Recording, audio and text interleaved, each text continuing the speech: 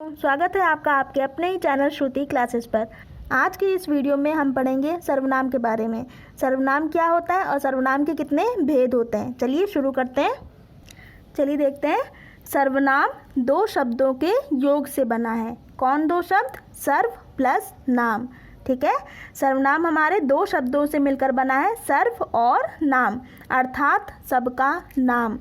यह शब्द किसी व्यक्ति विशेष के द्वारा प्रयुक्त ना होकर सबके द्वारा प्रयुक्त होते हैं। किसी एक का नाम ना होकर सबका नाम होते हैं। जैसे कि मैं का प्रयोग सभी व्यक्ति अपने लिए करते हैं, अतः मैं किसी एक का नाम ना होकर सबका नाम है। ठीक है, अब देखते हैं परिभाषा क्या होता है सर्वनाम का। संज्ञा के स्थान पर प्रयुक्त होने वाले शब्द सर्वनाम कहलाते हैं। ठीक है, सर्वनाम क्या होता है? ऐसे शब्द जो संज्ञा के स्थान पर प्रयुक्त होते हैं उनको सर्वनाम कहते हैं। जैसे कि मैं, हम, तू, तुम, यह, वह, आप, कौन, क्या आदि, है ना। जैसे हम बोलते हैं रामू घर जा रहा है, तो रामू क्या है? संज्ञा है, तो हम लोग रामू की जगह पे क्या इस्तेमाल करेंगे? यह घर जा रहा है। ठीक है, तो क्या बोलेंगे? यह हमारा क्या हो गया? सर्वनाम हो गया। ठीक है, तो हमने संज्ञा के स्थान पर जो शब्द प्रयुक्त होते हैं उन्हीं को क्या कहते हैं? सर्वनाम कहते हैं। अब देखिए, हिंदी में मूल सर्वनाम कितने होते हैं? 11 होते हैं। ठीक है, हिंदी में मूल सर्वनाम 11 होते हैं। कौन कौन से? मैं, तू, आप, यह, वह, जो, सो, कौन, क्या, कोई, कुछ। ठीक है, समझ में आ गया। अब देखते हैं हम लोग सर्वनाम के भेद कितने होते हैं।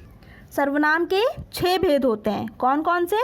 पुरुषवाचक सर्वनाम, निश्चयवाचक सर्वनाम, अनिश्चयवाचक सर्वनाम, संबंधवाचक सर्वनाम, प्रश्नवाचक सर्वनाम और निजवाचक सर्वनाम। ठीक है, समझ में आ गया। सर्वनाम के 6 भेद होते हैं। पुरुषवाचक, निश्चयवाचक, अनिश्चयवाचक, संबंधवाचक, प्रश्नवाचक और निजवाचक।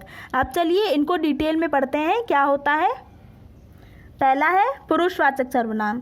जो सर्वनाम वक्ता, श्रोता तथा किसी अन्य के लिए प्रयुक्त होता है उसे पुरुषवाचक सर्वनाम कहते हैं। जैसे मैं, तू, वह आदि।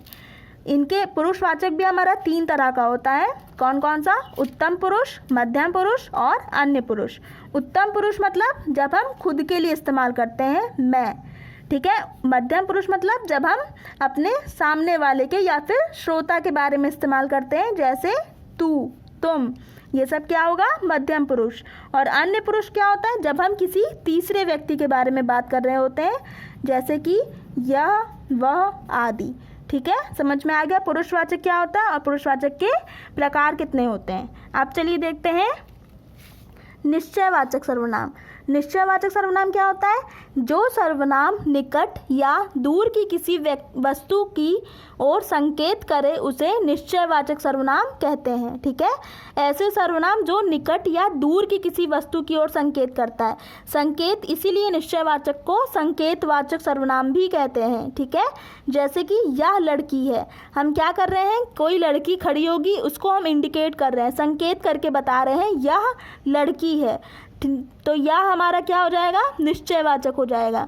ठीक है, ऐसे ही यह मेरी पुस्तक है, हम अपनी पुस्तक को इंडिकेट कर रहे हैं, संकेत कर रहे हैं, तो ऐसे सर्वनाम किस में आते हैं? निश्चयवाचक सर्वनाम में आते हैं। ठीक है, अब देखिए अनिश्चयवाचक सर्वनाम क्या होता है? जिस सर्वनाम से किसी निश्चित व्यक्ति या पदार्थ का बोध नहीं होता उसे अनिश्चयवाचक सर्वनाम कहते हैं। जैसे बाहर कोई है या फिर कोई आ रहा है। बाहर कोई है मतलब कौन है ये हमें नहीं पता है। ठीक है, निश्चित नहीं है, वो अनिश्चित है, इसीलिए ये अनिश्चयवाचक सर्वनाम कहलाता है। ऐसे ही कोई आ रहा है, कोई मतलब कौन आ रहा है ये नहीं पता है। ठीक है, वो निश्चित नहीं है, इसीलिए ये क्या कहलाता है? अनिश्चयवाचक सर्वनाम कहलाता है। अब देखिए संबंधवाचक सर्वनाम। जो सर्वनाम किसी दूसरी संज्ञा या सर्वनाम से संबंध दिखाने के लिए प्रयुक्त होते हैं उसे संबंधवाचक सर्वनाम कहते हैं। जैसे जो कर्म करेगा उसी को फल मिलेगा, जो उसी, है ना।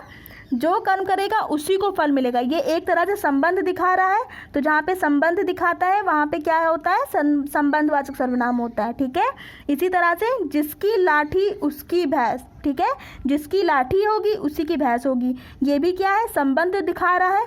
जहाँ भी संबंध प्रकट होता है वहाँ पे क्या कौन सा सर्वनाम होता है, संबंधवाचक सर्वनाम होता है। ठीक है, अब आता है हमारा प्रश्नवाचक सर्वनाम। जिस सर्वनाम से किसी प्रश्न का बोध होता है उसे प्रश्नवाचक सर्वनाम कहते हैं। जहाँ कहीं भी हमें प्रश्न का पता चलेगा कि प्रश्न पूछा जा रहा है तो वहाँ पे प्रश्नवाचक सर्वनाम होगा। जैसे कि तुम क्या कर रहे हो या काम कैसे हुआ। ठीक है, क्या कर रहे हो, कैसे हुआ, ये सब हमारा प्रश्न के शब्द होते हैं। तो ऐसे शब्द जहाँ पे भी यूज़ होगा वहाँ पे क्या होगा, प्रश्नवाचक सर्वनाम होगा। ठीक है, अब आता है निजवाचक सर्वनाम। जो सर्वनाम तीनों पुरुषों में निजत्व का बोध कराता है उसे निजवाचक सर्वनाम कहते हैं। ठीक है, निजत्व मतलब जैसे खुद का ही बोध कराएगा, जैसे कि मैं खुद लिख लूँगा। ठीक है, मैं क्या कर रही हूँ, मैं खुद ही लिख रही हूँ, खुद का ही बोध हो रहा है ना, अपने आप का ही जब बोध होता है तो निजवाचक सर्वनाम होता है। और एग्जाम्पल्स, मैं अपना कार्य स्वयं करता हूँ, देखिए स्वयं आ गया, खुद आ गया। मेरी माता भोजन अपने आप बनाती है। तो ऐसे वाक्यों में कौन सा सर्वनाम होगा, निजवाचक सर्वनाम होगा। ठीक है, आई होप सो आप सभी को सर्वनाम टॉपिक क्लियर हो गया होगा अच्छे से। अगर वीडियो पसंद आता है तो लाइक करिएगा, शेयर करिए, सब्सक्राइब करिए और बेल आइकन को ज़रूर दबाइएगा। Thank you guys, bye bye.